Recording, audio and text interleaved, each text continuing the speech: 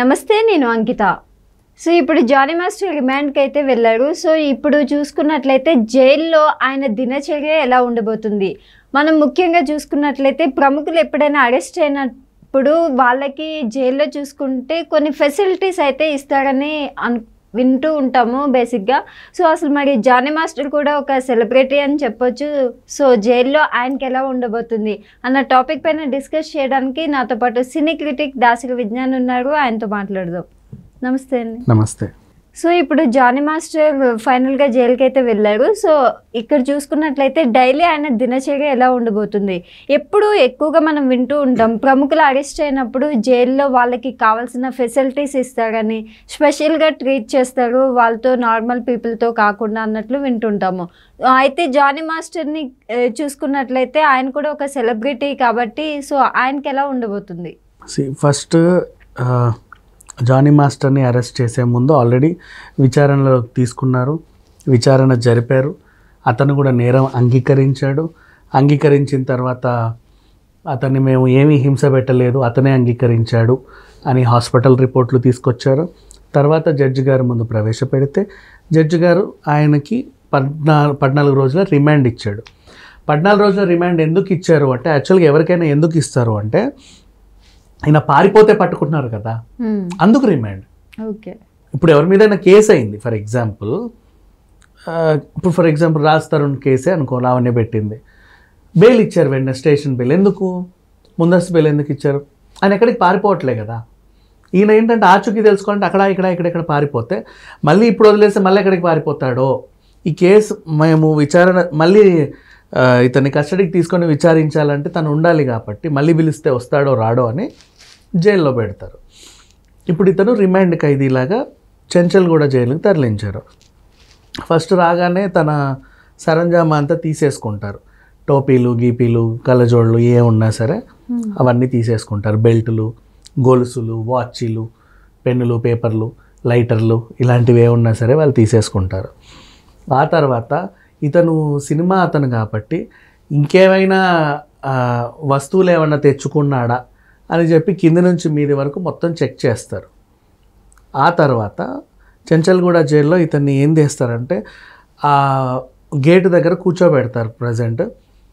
అక్కడి నుంచి జైలుకి సంబంధించిన అధికారులు వచ్చి వీళ్ళ డీటెయిల్స్ తీసుకొని ప్రజెంట్ గోదావరి బ్లాక్లో పెడతారు వీళ్ళని.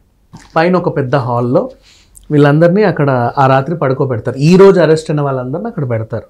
ఈ రాత్రి అక్కడే కనీసం ఒక 30-40 మంది ఉన్నా, 50 మంది ఉన్నా రకరకాల ఖైదీలు వస్తారు. జేబు దొంగతనం చేసి ఒకడు వస్తాడు, అత్యాచారం కేసులో ఇంకెవరో వస్తారు ఈయనలాగా, ఇంకెవడన్నా లేదన్నా కంపెనీ ఎత్తేసో లేకపోతే చిట్టీలు మోసం చేసో, రకరకాల క్రైమ్లు అవుతూ ఉంటాయి కదా, నేరాలు మర్డర్లు చేసో వచ్చే వాళ్ళందరూ అక్కడే ఉంటారు. వాళ్ళతో పాటు ఒక రాత్రి నాకు గడపాలి ఖచ్చితంగా. అండ్ నైట్ ఆయన వాళ్ళు తిన్నట్టే భోజనం పెడతారు. ఆ తర్వాత మార్నింగ్ తీసుకెళ్ళి వీళ్ళని ఫస్ట్ వాళ్ళందరి ఏ అవతారాల్లో వచ్చినా వాళ్ళకి అనవసరం, నెక్స్ట్ జైలు అధికారి ముందు ప్రవేశపెట్టాలి వీళ్ళందరినీ. నా క్రాఫ్ ఇవి అవన్నీ కుదరవు.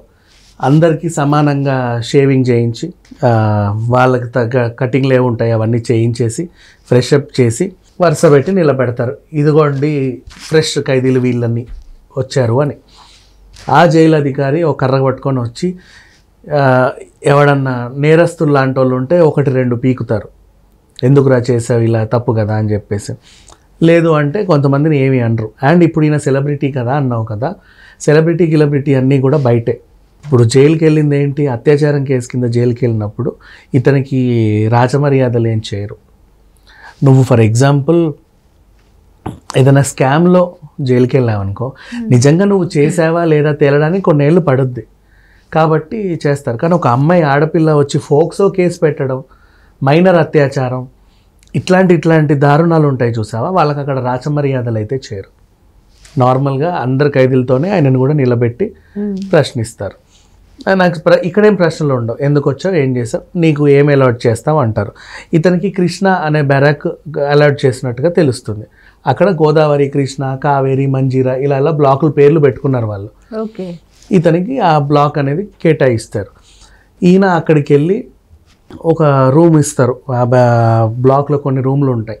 ఆ ఒక్కో రూమ్లో కూడా ఆర్థిక నేరస్తులు అండ్ 1-2 సార్లు క్రైమ్ చేసి ఫస్ట్ టైం క్రైమ్ చేసిన వాళ్ళు ఉంటారు కదా, నేరం మోపబడిన వాళ్ళు, లేకపోతే ఈ ఈ ఇదేంటి రైస్ పుల్లింగ్ చేసేవాళ్ళు, లేకపోతే యాప్లలో డబ్బులు మోసం చేసేవాళ్ళు, ఇట్లా ఎవరో ఒకరు ఉంటారు కదా, 420 కేసులు 406 వీళ్ళతో పాటు నన్ను పెడతారు.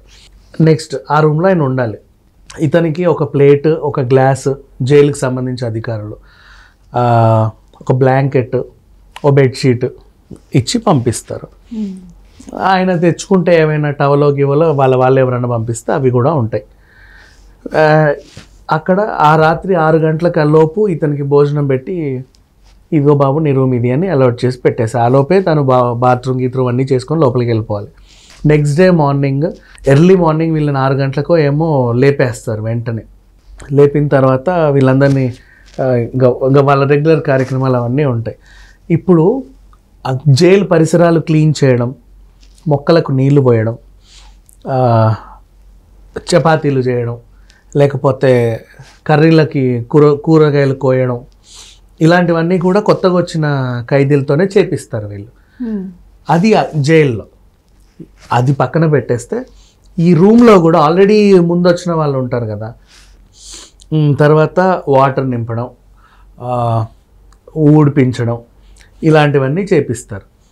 ఆ రూమ్ క్లీనింగ్ బాధ్యత వీళ్ళకి ఇస్తారు. అండ్ నెక్స్ట్ రాత్రిపూట ఈ వీళ్ళందరూ ఖైదీలే కదా, వాడు వీడు కొట్లాడుకోకుండా ఇంకెవడో కొంతమంది ఏంటంటే బలవంతంగా నా మీద నేరం మోపబడింది, నేను ఈ అవమానాన్ని తట్టుకోలేకపోతున్నాను, అందరు పడుకున్నాక ఏ ఫ్యాన్కో ఊరేసుకోవాలని చూస్తాడు, లేక ఎక్కడో దేంతో పీక కోసుకొని చావాలని చూస్తారు. అట్లాంటి వాళ్ళు కొంతమంది ఉంటారు. ఆత్మహత్య చేసుకోవాలనుకున్న వాళ్ళు, ఆలోచించే వాళ్ళు, గొడవలు పడేవాళ్ళు, లేకపోతే వాళ్ళ సబ్బులు వీళ్ళ సరుకులు దొంగతనాలు చేసేవాళ్ళు, ఇలాంటి వాళ్ళు ఉంటారు కదా. ఉండకూడదు అని ఒకరిని కాపలా పెడతారు. ఆ రాత్రి అందరు పడుకుంటే ఒకడు మేల్కొని ఉండాలి. ఆ మేల్కొని ఉండేవాడు ఎవడు అంటే ఎవడైతే కొత్తగా వస్తాడో వాళ్ళని పెడతారు. సో ఈయనకు కూడా అలా పెట్టే అవకాశం కూడా ఉంటుంది. నెక్స్ట్ ఫుడ్ రెగ్యులర్గా అందరు ఖైదీలకు పెట్టినట్టే పెడతారు. ఇన్ కేస్ నీకు అది నచ్చలేదు అనుకుంటే మీ ఇంట్లో వాళ్ళు కొంచెం డబ్బులు నీ పేరు మీద డిపాజిట్ చేస్తారు వెళ్ళేటప్పుడు, దాన్ని వీళ్ళు టోకన్స్ రూపంలో ఇస్తారు. అది తీసుకెళ్ళి అది ఆ పక్కన ఉన్న క్యాంటీన్లో ఏ బిస్కెట్లో చాక్లెట్లో కొనుక్కోవచ్చు. ఇలాంటి ఫెసిలిటీలు ఉంటాయి. అది అలానే నాకు నచ్చిన బాడీ వాష్ నేను వాడుతా, నాకు నచ్చిన షాంపూ వేరే ఉంది నేను అదే వాడతా, నాకు నచ్చిన ఇది ఉంది ఫేస్ వాష్ నేను అదే అవి కుదరవు. అక్కడ ఏ సబ్బులు ఏ షాంపూలు ఇస్తే దాంతోనే చేసుకోవాలి. వీళ్ళ బట్టలు వీళ్ళే ఉతుక్కోవాలి. లేదు ఏమైనా కొంతమంది పాపం బెయిల్ కోసం డబ్బులు లేక అక్కడక్కడే చిన్న చితక పనులు చేసుకునే వాళ్ళు ఉంటారనమాట, పేద ఖైదీలు. వాళ్ళని అసిస్టెంట్లుగా పెట్టుకొని వాళ్ళకి వీళ్ళ బట్టలు ఉతికించడానికి ఇస్తారు. ఎంతో కొంత డబ్బులు ఇచ్చుకుంటూ ఉంటారు. వాళ్ళ చేత అవి ఒకటి తెప్పించుకోవడం, అంటే వీళ్ళు వెళ్ళకపోయినా బయటికి అస్తమానం తిరగడానికి వీళ్ళ కొంచెం మొహమాటం, సిగ్గు, బిడియం ఇవన్నీ ఉంటాయి కదా. కూర్చున్న చోటే కూర్చొని ఇంకో ఎవడైనా ఖైదీకి డబ్బులు ఇచ్చి అసిస్టెంట్గా పెట్టుకొని ఆ మిగతా పనులన్నీ చేయించుకుంటారు. ఇలాంటి ఫెసిలిటీస్ అంటే యూటిలైజ్ చేసుకుంటారు. ఓవరాల్గా జానీ మాస్టర్ జైలు జీవితం అయితే ఇలాగే ఉంటుంది దినచర్య. మళ్ళీ సాయంత్రం 6 లోపే వీళ్ళు మళ్ళీ స్నానాలు గినాలు చేసుకున్నా, బట్టలు గిట్టలు ఉతుక్కున్నా మళ్ళీ 6 లోపు వచ్చేసి లైక్ మూవీలో చూపించినట్టే అంతే అలాగే ఉంటుంది. బెరాక్లో పెడతారు. ఇన్ కేస్ అక్కడ ఏమైనా అల్లరి చేసినా, ఇంకెవరితోనైనా గొడవ పడ్డా, వాడు వీడితో ఇంకేమైనా చేసుకున్నా వీళ్ళని తీసుకెళ్ళి వేరే సెల్లుల్లో వేస్తారు. ఇద్దరే ఉండేవి, ఒకరే ఉండేవి, అట్లాంటి వాటిలలో వేసే అవకాశం కూడా ఉంది. అండ్ కొన్ని సందర్భాల్లో వీళ్ళ చేత నిజం చెప్పించడానికి కూడా జైల్లో దృశ్యం సినిమా లాంటివి కూడా రిపీట్ అవుతాయి. నిన్నేస్తారు రూమ్లో. ఫర్ ఎగ్జాంపుల్ నీతో పాటు 2 ఖైదీలు ఉంటారు, 4 ఖైదీలు ఉంటారు. నువ్వు కూడా వాళ్ళ ఖైదీలే అనుకుంటావు. ఏం చేసి వచ్చాడంటే నేను మర్డర్ అంటాడు, వాడేమో నేను దొంగతనం అంటాడు, వీడేమో నేను చైన్ స్నాచింగ్ అంటాడు, వాడేమో చిట్టీలు ఎత్తేసే అంటాడు, నువ్వేమో మధ్యలో కూర్చుంటావు. కానీ వాళ్ళందరూ పోలీసు వాళ్ళే, పోలీస్ టీం వాళ్ళే, అబ్జర్వర్స్ అనమాట.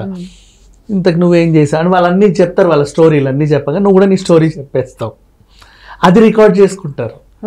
అది రికార్డ్ చేసుకొని నేరం రుజువు అయింది అని చెప్పేసి పెట్టేస్తారు. చెప్తారు నిజంగా పిల్లని చేసావా తప్ప నీ మీద కేసు పెట్టిందంటే 1-2 సార్లు అయింది భయ్యా, నేనే ఇలా చేశానులే, కానీ ఆమె పెట్టడం కూడా తప్పే, ఆమె పెద్ద సైకో, నన్ను చాలాసార్లు కొట్టింది, ఇదిగో గిచ్చింది, ఇలాంటివి చెప్తూ ఉంటారు. కానీ నేరం అయితే అంగీకరిస్తావు కదా, అది కూడా రికార్డ్ చేసుకొని వాళ్ళ ఎవిడెన్స్లో పెట్టుకొని ఉంటుంది. అండ్ వీళ్ళకి ఫోన్లు చేసుకునే సౌలభ్యం ఇస్తారు 2 సార్లు. ఆ ఫోన్ కూడా రికార్డెడ్ ఉంటుంది. వీళ్ళు ఆవేశం తట్టుకోలేక చెప్పేస్తారు వాళ్ళ ఆవిడగా, నేను చెప్పు పర్లేదు, ఆ పిల్లకి ఎంతో కొంత ఇచ్చి మేనేజ్ చేయి, నేనేం చేయలేదని చెప్పు, ఇలాంటివి ఏమైనా చెప్తే అది కూడా రికార్డ్ చేసుకుంటారు.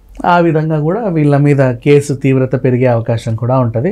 ఇవన్నీ తీసుకెళ్లి జడ్జి గారు ముందు సమర్పిస్తే చూసి, ఓహో నిజంగా ఇతనే అంగీకరించాడు కదా, ఆల్రెడీ పోలీసుల ముందు అంగీకరించాడు, ఇంకా ఏమైనా అంగీకరించాడు అనుకొని జైలు శిక్ష కూడా విధిస్తారు. ఇది ఓవరాల్గా ఈయన దినచర్య. ఇప్పుడు ప్రజెంట్ ఈ 14 రోజులు, మధ్యలో ఒక 2-3 రోజులు కస్టడీకి వాళ్ళు తీసుకుంటాడు, వెళ్తాడు, మళ్ళీ వచ్చే అవకాశం ఉంది. కస్టడీలో ఉన్నప్పుడు కొంచెం ఈయనకి సుఖం, ఎందుకంటే పోలీస్ స్టేషన్లో ఉంటాడు కాబట్టి ఆ వైఫ్లో లేకపోతే వాళ్ళ సంబంధిత మనిషిలో కొంచెం దగ్గరగా వచ్చి చూసుకొని ఆయనకి ఏమన్నా వాళ్ళ చేతి ఫుడ్ పెట్టే అవకాశం ఉంటుంది.